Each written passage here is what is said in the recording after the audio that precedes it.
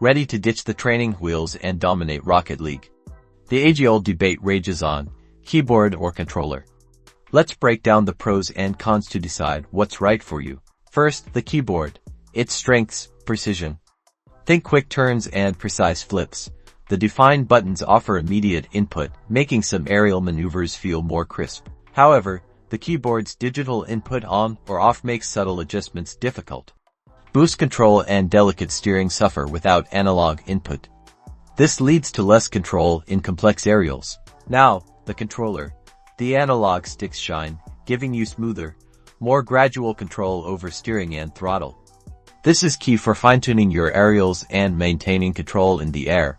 The downside, controllers can feel clunky at first. Precise, quick inputs can be harder than on a keyboard. The learning curve might be steeper initially. Ultimately, there's no definitive answer. It boils down to personal preference and practice. Try both.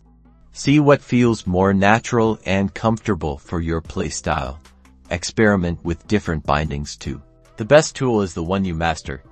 So, get out there, practice, and find what helps you score those epic goals. Good luck.